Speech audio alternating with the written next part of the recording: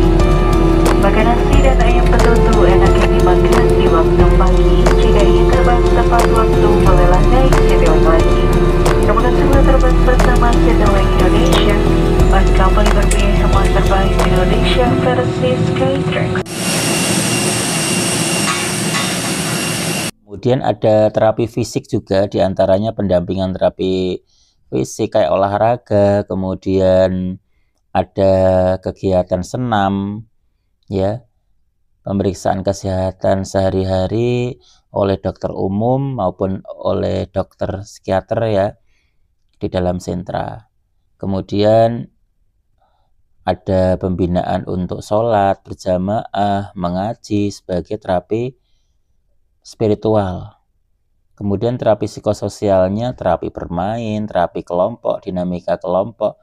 Kadang outing diajak jalan-jalan ke hotel, kemudian di fasilitas umum, dan outing di tempat-tempat rekreasi biar tidak boring seperti itu. Next. Di hal yang paling penting di sini ada menerima keberadaan dari penyandang disabilitas di lingkungan sentra maupun masyarakat, memberikan kesempatan bagi ODGJ untuk berkembang sesuai perannya, membantu dalam pengobatan ya masyarakat sekitar, motivasi dan komunikasi. Yang paling penting tidak memberikan stigma ya, karena kalau ke-trigger lagi kena stigma lagi bisa kambuh ya. Mohon doanya presentasi lancar, mudah-mudahan ilmu ini bermanfaat untuk kita semua. Jangan jauhi ODGJ, kita dekati, karena mereka juga makhluk ciptaan Allah, ahli surga. Wassalamualaikum warahmatullahi wabarakatuh. Mohon doanya kegiatan lancar. Alhamdulillah mantri sudah ganteng, hari ini mau menjadi narasumber penanganan ODGJ di Kementerian Kesehatan. Hotelnya bagus banget.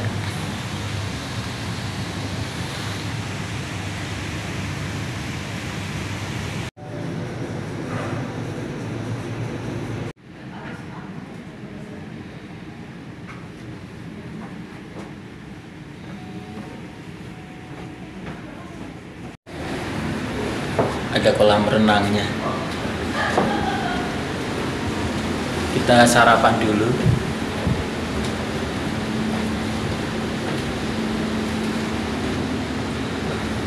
Kalau renang jadi ikan.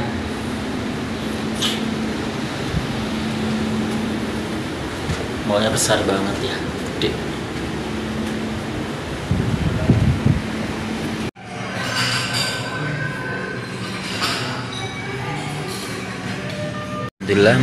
Alhamdulillah mantri sudah sampai di restoran, kita makan dulu ya. banyak makanan.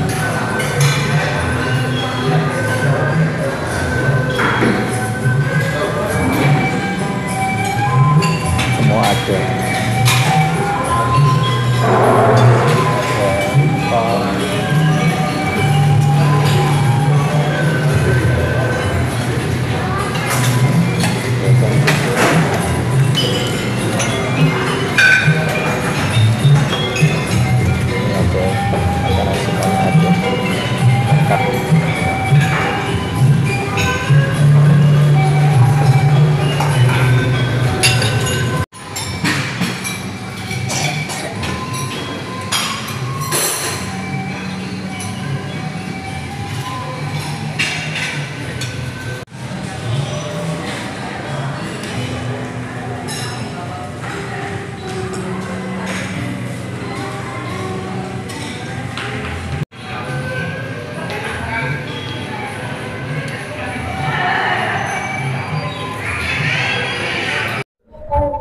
Hari ini sejak tanggal 19 November yang insya Allah akan diselenggarakan hingga tanggal 22 September tahun 2024. Perkenalkan saya Arisa Fauzia Ikhwani atau yang biasa bisa menjadi pembawa acara pada kegiatan ini.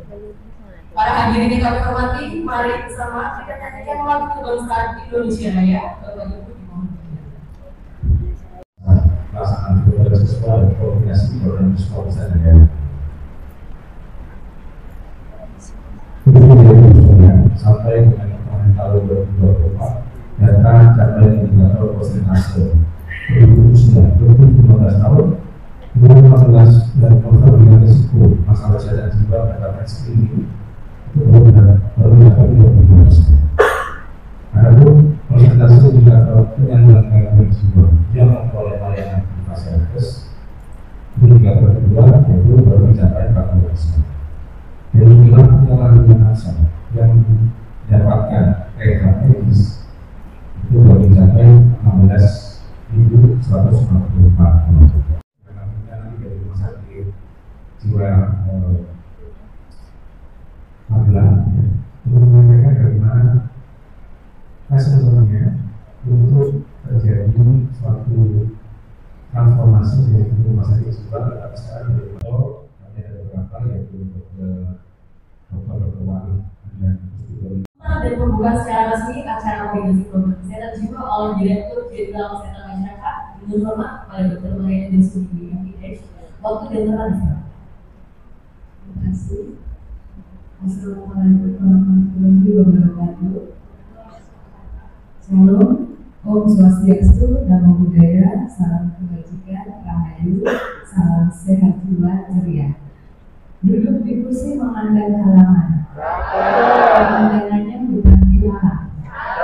Bapak Ibu, terima kasih kami haturkan teruntuk Bapak Ibu yang telah datang. Dan panitia, terima kasih ya. Yang saya hormati Direktur Rehabilitasi Sosial Kemensos atau yang mewakili, Kepala Pusdatin atau yang mewakili, Ibu Sekjen, Ibu Direktur Kesehatan, Pak Direktur Kesehatan juga, Ibu Direktur Tata Kelola Kesehatan Masyarakat, UPR dan IKIA, juga Direktur Promosi Kesehatan dan Pemberdayaan Masyarakat atau yang mewakili, Direktur Utama Rumah Sakit Marsupilah atau yang mewakili, Kepala Dinas Kesehatan Provinsi dan Kabupaten Kota Indonesia atau yang mewakili, para pengelola program untuk pembangunan. Selamat datang dan terima kasih karena dari kemarin sudah tes ya untuk data-data para pengelola program kesehatan jiwa di Dinas Kesehatan 38 provinsi dan perwakilan 38 kabupaten kota terdiri, perwakilan dari lintas program 3 Menkes, Ketua Komite Kesehatan Jiwa tadi WhatsApp saya Dr. Hendra itu melalui dari karena nggak boleh pergi sama direkturnya lagi ada yang harus dicoba update juga ya. Wakil Ketua Komite Kesehatan Jiwa Ibu Diana Setiawati, seluruh anggota Kesehatan Jiwa sudah hadir, juga ada beberapa serta narasumber yang berada dan kesehatan kalau sudah bersama hari ini kita bisa hadir, saya rasa baru kali ini sudah 2022 ya seluruh tugas kumpul bersama. Jadi Direktur Presidennya Pak Indra sudah menentukan kita bersama ini kekuatan kita kecil. Dan 6,6% dari anggota rumah tangga yang psikosis pernah dimasuk, 25,2% diantaranya dimasuk dalam. Jadi pertama kami membedakan masalah, dan ternyata kesehatan jiwa ini masalah yang sangat prominent ya di masyarakat kita. Tapi kalau kita lihat apa yang muncul, itu juga menunjukkan layanan kita masih lemah. Ini ditunjukkan dari mana?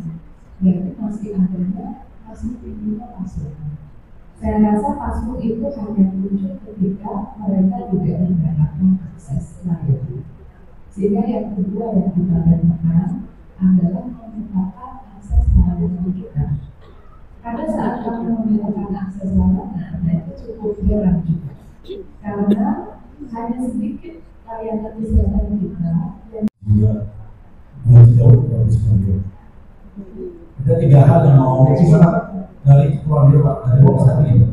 Yang pertama tentang kebijakan BPJS Pak, mohon bantuannya agar kita bisa sama-sama bersinergi. Jadi kami bersemangat, tapi tatkala BPJS-nya tidak akomodir kan tidak bisa juga. Misal dalam hal layanan psikososial. Kemudian kami juga pernah mengajukan untuk memanfaatkan dokter sub kami. Betul, kami ada dokter sub dan memang kami kan keluar. Jadi kami ajukan untuk layanan by online dan sampai sekarang juga alhamdulillah tidak itu. Padahal untuk layanan jantung betul saya sebelumnya dan di kerajaan tadi termasuk yang BSG itu mereka mau gitu. Tapi untuk di jiwa belum.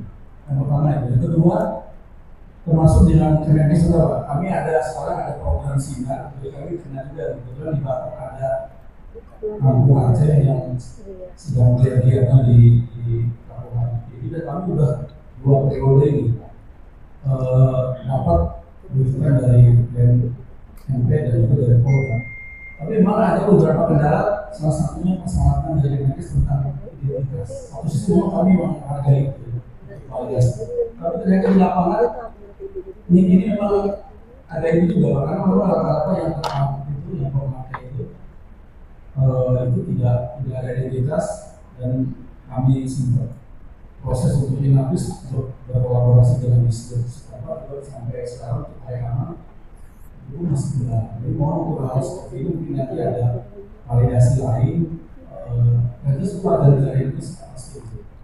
Cuman ya itulah saya mungkin yang terakhir untuk tadi yang pemanfaatan itu Dirjen, karena memang kami kan dipersyaratkan untuk selalu melengkapi SDM terutama yang sudah ada memang kami kali ini buka CPNS dan P3K untuk sub gitu untuk tradisi dan alhamdulillah karena memang rupanya yang ambil sub itu rata-rata sudah bekerja, jadi mereka akan kembali mungkin nanti atau melihat atau mencari data bunuh diri.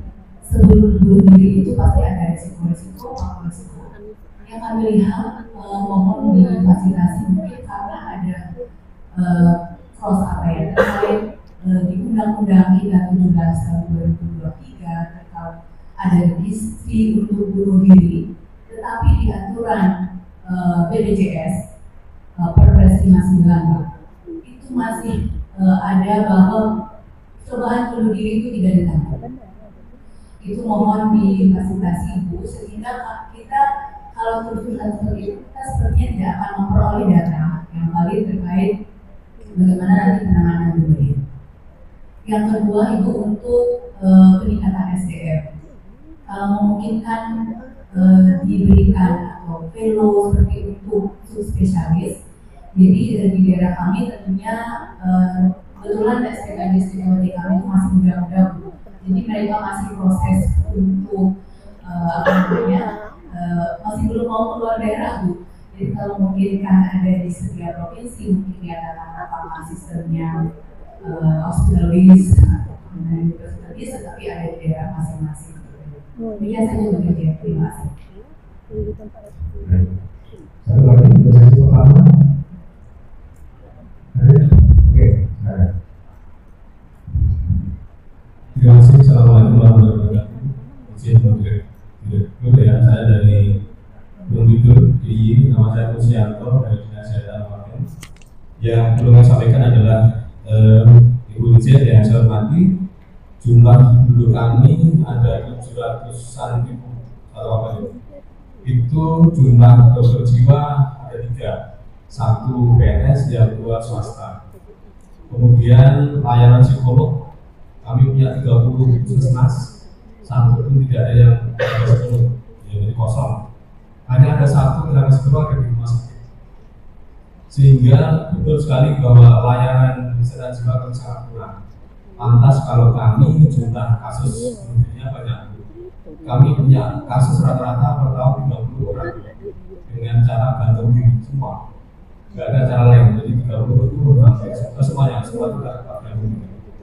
Nah, tadi kan Ibu bilang bahwa nanti akan ada peraturan yang akan mewajibkan semua puskesmas ada psikolog.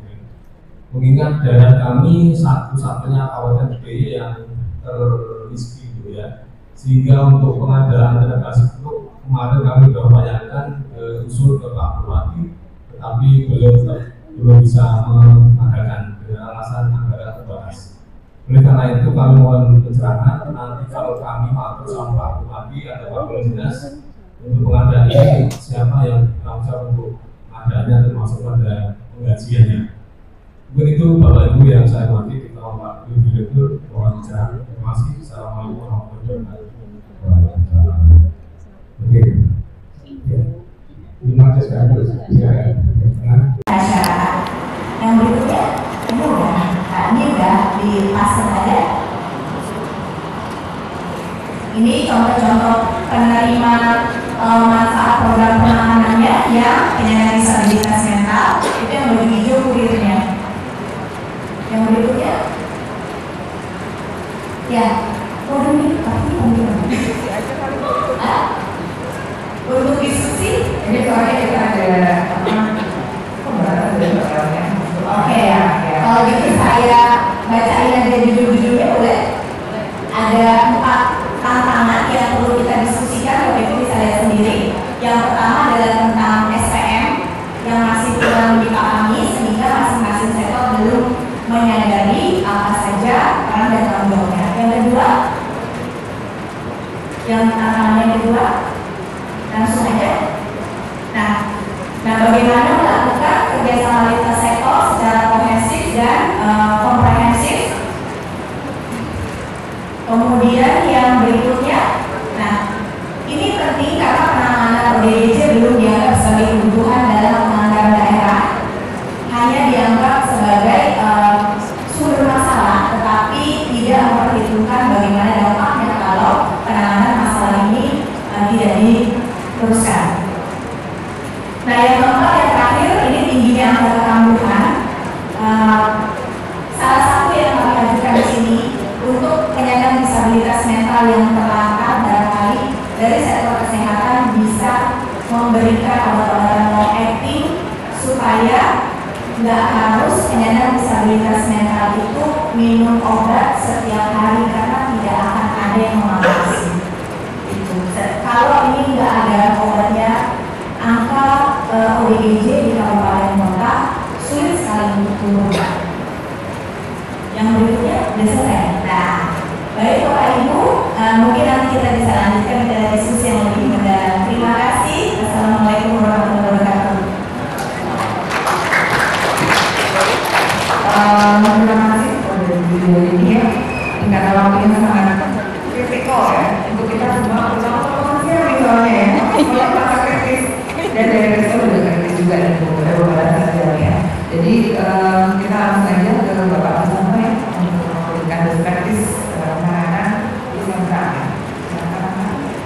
Maaf ya Pak waktunya. Kita dilakukan di ruang makan ya. Assalamualaikum warahmatullahi wabarakatuh. Izin waktunya makan agak malam. Perkenalkan saya Susanto ya, dari Sentra Rekomendasi Pagi. Bahwa untuk Sentra Rekomendasi Pagi adalah bagian dari unit pelaksana teknis dari Kementerian Sosial yang memberikan untuk rehabilitasi sosial. Next. Selanjutnya. Ya, wilayah jangkauan kami tidak hanya di Jawa Tengah tapi juga di Jawa Timur. Jadi sasaran kami untuk saat ini di dalam sentra ada 47 orang dan nanti akan dinaikkan di tahun 2025 menjadi 100 untuk ODGJ. Lanjut. Permasalahan yang dihadapi biasanya adalah penolakan keluarga setelah pasca rehabilitasi medis maupun dari sentra. Jadi kekambuhan pemasukan masih terjadi di sekitar kita. Ketika kita menghadapi keluarga, ada mereka yang pertama ketika kita melepaskan pasung, mereka biasanya menolak karena alasan nanti ketika dibuka pasungnya akan lama lagi ya. Bahkan ketika saya mau membersihkan pasung itu harus menghadapi warga sekitar masyarakat, pernah membuat petisi ya, menolak untuk dibebas pasungkan karena perlu bakal lama. Bahkan ODGJ-nya setelah dibuka dari rantai itu membawa senjata tajam yang ternyata simbol itu diiris-iris ya, sudah sampai ke leher saya. Alhamdulillah begitu saya kepikir maka segera saja alhamdulillah langsung bisa saya cukur rambutnya, karena setelah rambutnya sangat panjang itu hilang mahkotanya, dia akan menunduk. Kemudian kita mandikan, ayo mandi, baik ya, itu pertanda bahwa kita sudah diterima oleh ODGJ itu. ODGJ itu walaupun serem, agresif, kalau kita dekati dengan cara-cara yang persuasif, mereka bisa merasakan kehadiran kita. Lanjut. Informasi yang diterima untuk mendaftar di kami biasanya dari rujukan dinas sosial, kemudian informasi dari RSD. Biasanya kita bisa sama dengan RSD Profesor Dr. Suramanda untuk rujukannya juga RSD Aminul Dono Semarang, RSD Kudus dan RSD Pati. Next. Ya, rata-rata yang direhab di kami itu rata-rata schizofren tak perinci. Ada juga yang usia muda karena gara-gara patah hati. Dari 47, 40-nya laki-laki, yang 7-nya perempuan. Jadi rata-rata untuk perempuan itu sedikit, dan bertahun-tahun dari tahun 2016 sampai 2024 ini yang banyak itu laki-laki. Ya, jadi laki-laki ini benar untuk mengalami gangguan kesehatan jiwa.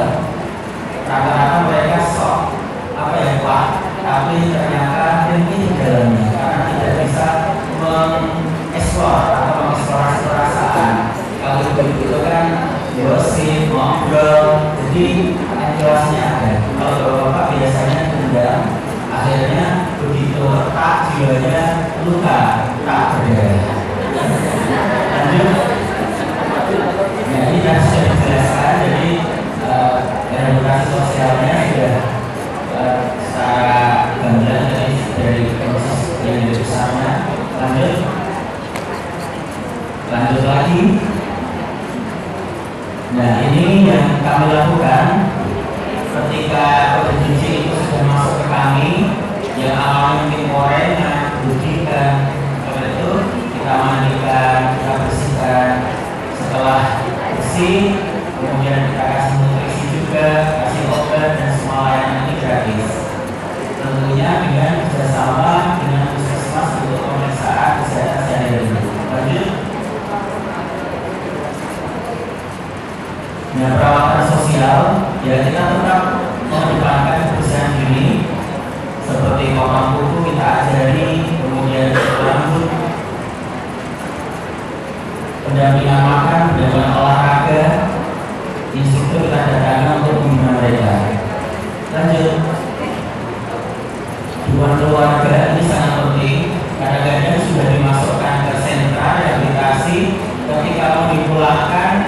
tinggalnya di situ saja Pak, nanti kalau kembali menjadi beban kami lagi. Nah, fungsi dari pekerja sosial dan perawat yang ada di Martelaras visit untuk datang kepada keluarga bahwa mereka adalah anggota keluarga yang harus diterima. Ya, ketika sudah dilakukan edukasi dan motivasi, maka hasilnya insya Allah mereka menerima itu.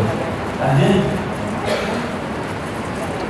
Ya, ini peran dari kami untuk memberikan support ya, bahwa caregiver atau keluarga yang merawat ODGJ lama-lama bisa jadi ODGJ. Itu banyak sekali. Karena apa? Stres ya, sudah balik ke rumah sakit jiwa, balik lagi ke sentra, ke panti, ternyata kami lagi karena bosan minum obat, sehingga stres yang bertumpuk menjadi beban bagi caregiver itu sendiri. Lanjut. Nah, ini terapi fisiknya, pemeriksaan kesehatan rutin, kemudian ada terapi psikososial, kita latih membuat batik ciprat, kita latih buat teh, kemudian kita latih juga untuk outing ya. Jadi kita biasanya programnya dalam 1 tahun 4 kali kita keluar hotel ODGJ itu kita ajak ke Aston, ke tempat yang istilahnya hotel termewah lah yang ada di daerah itu, untuk menikmati bahwa hidup itu sangat indah ya. Kemudian kita ajak renang bersama, kita anggap mereka anggota keluarga kita sendiri. Lanjut. Nah, mereka dibekali keterampilan bikin dompet, kemudian merawat kambing ya, kemudian beternak ayam kampung, telur dan segala macamnya untuk bekal hidup di masa yang akan datang. Kemudian di asesmen hasilnya seperti apa, ketika mereka memiliki potensi itu kita kasih modal usaha. Modal usahanya tidak dalam bentuk uang, tetapi langsung bayar. Misalnya suka ternak lele ya dikasih lele, mau jualan kita kasih bahan-bahan toko kontrol, mau catering kita siapkan ya, berapapun permintaan mereka kita penuhi agar mereka nanti berdaya guna. Kalau misalnya sukses, kita kembali modalnya seperti itu. Lanjut. Dan mereka juga jualan di sentra ya. Ini mereka ODGJ semua ya. Itu ada yang jualan sosis itu Sofi ini disingkirkan oleh suaminya ya, karena suaminya ini apa namanya, punya ipar ya, punya ipar seperti ipar Demol itu ya, dia suka sama iparnya, kemudian dirianati. Ada Sofi ini cantik ya, yang ujung yang buat sosis itu, akhirnya depresi, membunuh diri selama 10 tahun ya. Kemudian saya temukan sama relawan sosial, kemudian kita ajak, dia trauma dia laki-laki ya, dia trauma laki-laki, terus akhirnya kita mengajak puskesmas dinas yang ibu-ibu, kita ajak ke rumah sakit jiwa, kemudian kita ajak, dan sekarang sudah jadi pengusaha sosis. Lanjut. Nah, ini hasilnya. Kemarin kita diundang di Badan Kesehatan Jiwa untuk membawa produk-produk dari ODGJ, membuat telur asin, kemudian membuat racikan teh, batik ya. Kalau Bapak Ibu misalnya Pati bisa membeli hasil-hasil karya produktif mereka. Lanjut. Nah, ini bentuk usahanya. Kalau suka jualan Xiaomi ya dengan berubah, kemudian kalau mau jualan kelotok dengan etalase dan seterusnya. Lanjut. Nah, ini kita juga kalau ada dinas-dinas terkait yang rada agak susah, kita sebagai promotor untuk mendorong yang bebas masuk belum punya nik, ayo kita ke kapil rekaman KTP. Karena rekaman KTP sangat susah, harus datang ke kantor, petugasnya yang kita tarik ke bawah untuk outdoor, door to door untuk rekaman KTP. belum punya SPBI, kita dorong dinas sosial untuk membuat SPBI. SPBI belum aktif, kita bayari oleh Kementerian Sosial untuk membuat BPJS Mandiri. Lanjut. Nah, ini kisah Mukminah, ya. Kisah Mukminah ini kehilangan anak pada waktu kelahiran, anaknya sudah tiada, akhirnya depresi. Itu hampir setiap saat menganggap anaknya masih hidup, ditimang-timang seperti itu. Kemudian kita jemput, kemudian kita rehat, ternyata hobinya jualan. Nah, ini sudah ada penghasilannya, jualannya 750.000 per bulan. Lanjut. Neng dan Eda, ya, si kembar yang mencintai satu laki-laki, ya.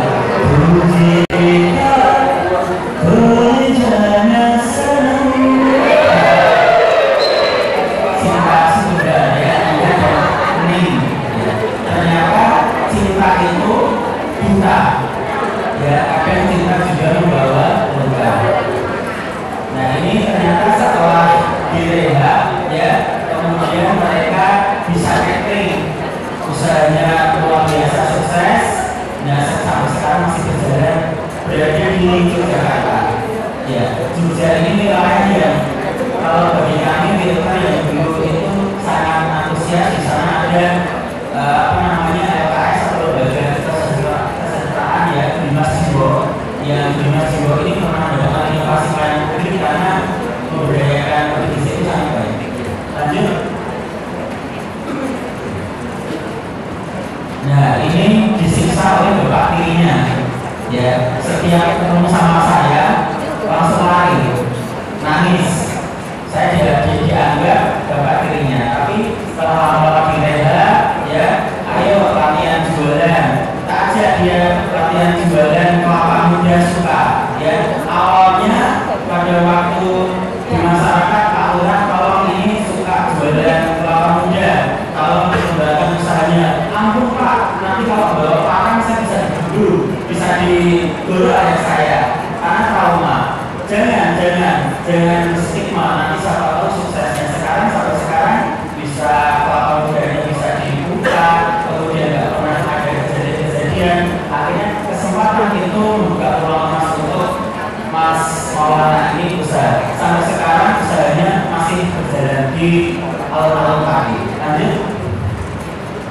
Lanjut saja yang sudah terbiasa. Lanjut lagi. Nah, ini bebas pasung, langsung actionnya saja. Lanjut lagi. Ya, saya biasanya kalau ada tim kesulitan di provinsi lain, Pak Santo, Pak Panglima Mantu Santonya ada kode gizi. Saya kewalahan karena dia ngamuk kalau dilepas diinjeksi pakai diasetam juga susah. Saya langsung terbang ke Kalimantan misalnya. Kalau ini waktu itu di Kuala ada bakti sosial, ya. Kalau adatnya nggak mengizinkan, ya. Kemudian aparat desanya juga tidak mengizinkan. Saya bilang saja ini adalah manusia, ya. Manusia yang sama-sama membuka keluarga kita. Walaupun saya nggak tahu bahasa mereka, tapi saya berusaha persuasif. Akhirnya 10 tahun di rantai kakinya, di bawahnya itu ada kolam. Kolamnya itu ada 2. Jadi kalau misalnya rapuh, di bawahnya itu rapuh papannya, Pak Kumping masih duduk rapuh gitu. Memang dibikin seperti itu karena dianggap sebagai aib keluarga. Kemudian kita lepaskan di Banjarbaru, di Kalimantan. Ini dari Kalimantan sih, ya. Ada bisa merujuk ke sentra Banjarbaru, ya. Di sana ada sentra yang untuk menangani gizi. Kita karena untuk kalau dibawa kaki, sentra kaki kan kejauhan, dan kalau untuk naik pesawat pakai rantai nanti kalau pesawatnya pada kaget. Jadi akhirnya kita akseskan di sentra-sentra yang terdekat. Akhirnya kita bawa ke sentra Banjarbaru. Lanjut. Naik perahu juga saya alami, ya. Jadi ibu ini punya anak 2 disabilitas intelektual atau tunagrahita, ya, sama di dekat hulu Sungai Barito. Kemudian saya lepaskan waktu itu zaman eranya Bu Risma ke kemudian saya naik kemudian saya bawa ke rumah sakit, ya, kemudian sampai sekarang masih di rehab. Kemudian di Sumba Timur, saya pernah terjebak di Kaira, ya, di Kaira di Sumba Timur, tidak diizinkan sama kepala desanya. Kalau Bapak nanti membebaskan pasien warga kami, Bapak tidak bisa pulang. Benar-benar tidak bisa pulang. Pas waktu mau naik, ya ditandakannya karena ada longsor, akhirnya kami terjebak. Akhirnya kita ditarik truk sama ditarik double kabin, ya waktu itu dengan bawa kunci itu. Ya ternyata di RSUD-nya tidak ada rawat inap jiwa. Sedih saya sebenarnya. Tapi bagaimana caranya? Akhirnya ada puskesmas yang dekat kota yang mau menampung ODGJ tersebut. Jadi akses di Sumba Timur ini tidak ada psikiater, tidak ada RSUD yang menangani percobaan. Tapi ada satu puskesmas yang mau menampung ODGJ tersebut. Lanjut. Nah ini yang baru saya pulangkan. Ini sekarang jadi tukang pijat. Bahkan rumah juga, ya. Bahkan rumah juga, ibunya tunanetra, dipukuli setiap hari. Akhirnya ibunya selain tunanetra juga ODGJ. Akhirnya kemudian kita evakuasi dengan dinas sosial setempat, dengan dinas kesehatan, kita bawa ke rumah sakit, kita rehab, dan sekarang sudah jadi tukang pijat. Rumahnya sekarang sudah dapat bantuan dari Basnas, Disparing, ya, RST, sehingga rumahnya sekarang sudah bagus dan punya modal usaha. Oke, lanjut. Terakhir dengan lagu, ya. Tumpah sekali, tulus menari, ku menjadi dia. Lamarlah berhutang.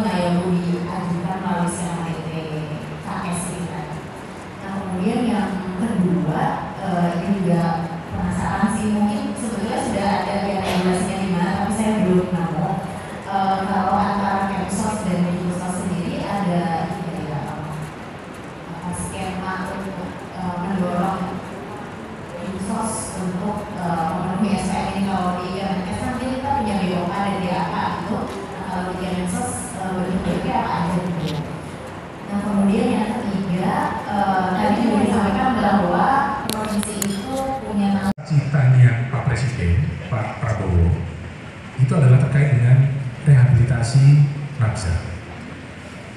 Dan saat ini sudah dibentuk suatu desk gitu, suatu badan, bukan badan artinya Pokja yang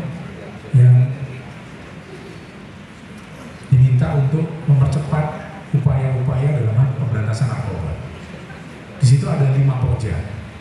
Dan Kenkes ada di 2 Pokja, yaitu Pokja pencegahan dan rehabilitasi. Jadi di rehabilitasi ini, seperti yang disampaikan di awal, kita akan fokus ke 10 provinsi yang tadi saya sebutkan. Dan untuk awal ini akan ada 3 provinsi yang akan dikejar duluan. DKI, Jawa Timur, sama Bali. Ya. Jadi saya mohon. Mungkin bila Bapak Ibu sekalian ingin materinya gitu ya, untuk materi nanti akan kami kirimkan gitu ya, mungkin melalui email untuk Bapak Ibu di Dinas Kesehatan Provinsi, akan kami kirimkan melalui WhatsApp group seperti itu ya Bapak Ibu sekalian, nanti akan kami kirimkan ketika kegiatannya selesai. Dan sebagai tambahan informasi Bapak Ibu sekalian terkait rencana tindak lanjut, mohon bagi Bapak Ibu sekalian yang belum mengirimkan, masih kami tunggu maksimal hingga jam 9 malam ini Bapak Ibu, sehingga ini masih ada waktu gitu ya apabila ingin kembali mengakrabkan dengan rumah sakit maupun dinkesnya gitu ya. Dan Bapak Ibu sekalian, tentunya kita ucapkan terima kasih sekali lagi gitu ya kepada Bapak Ibu para tamu undangan atas partisipasi dan kerjasamanya sejak hari Selasa tanggal 19 November hingga dengan hari ini. Mohon maaf apabila selama kegiatan berlangsung terdapat perkataan atau hal-hal yang belum berkenan dari saya pribadi maupun panitia yang bertugas. Semoga apa yang kita lakukan selama kegiatan des dan koordinasi ini menjadi berkah untuk kita bersama, terutama untuk program kesehatan jiwa masyarakat. Semoga kita senantiasa sehat jiwa raga dan terus dapat produktif. Tidak ada kesehatan tanpa kesehatan jiwa, sehat jiwamu, sehat Indonesiaku. Terakhir boleh kami sampaikan pantun penutup Bapak Ibu. Boleh ya, dikasih ini Bapak Ibu ya. Oke, jalan berdampingan di barisan inti. Mampir sebentar membeli minyak. Terima kasih Bapak Ibu yang ganteng dan cantik. Sampai berjumpa kembali pada kesempatan baik lainnya. Saya Risa dari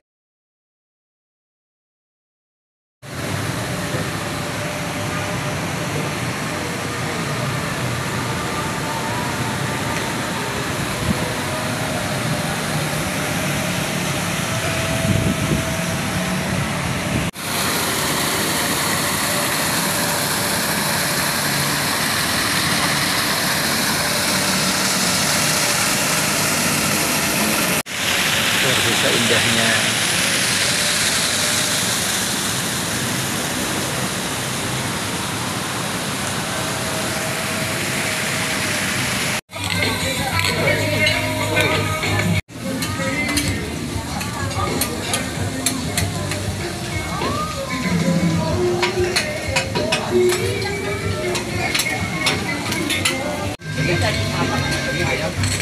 Bakar ya berarti ya? Oh itu barbecue ya? Nanti aja. Iya balik lagi.